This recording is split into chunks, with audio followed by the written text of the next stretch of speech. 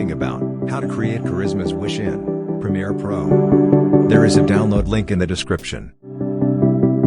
Now go window and activate Essential Graphics panel.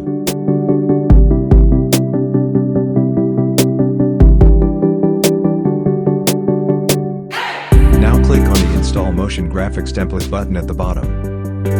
Now select the downloaded MOGRT file.